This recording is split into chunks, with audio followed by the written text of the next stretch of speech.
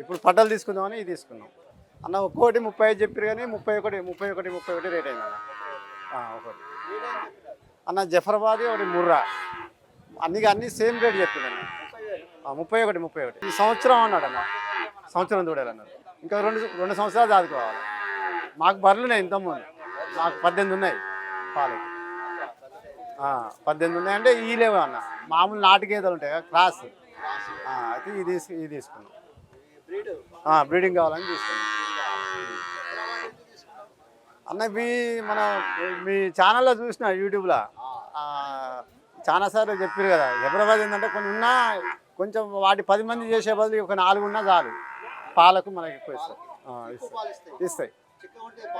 పాలు చిక్కగా ఉంటాయి. పాలు పూటకు 6-7 అని ఇస్తాయి అన్న. ఎర్రగడ్డ అయితే మంచి బ్రీడింగ్ దొరుకుతుంది. జఫరాబాద్ అయినా, ముర్రా అయినా, బుర్రి అయినా ఇక్కడ మంచిగా దొరుకుతుంది.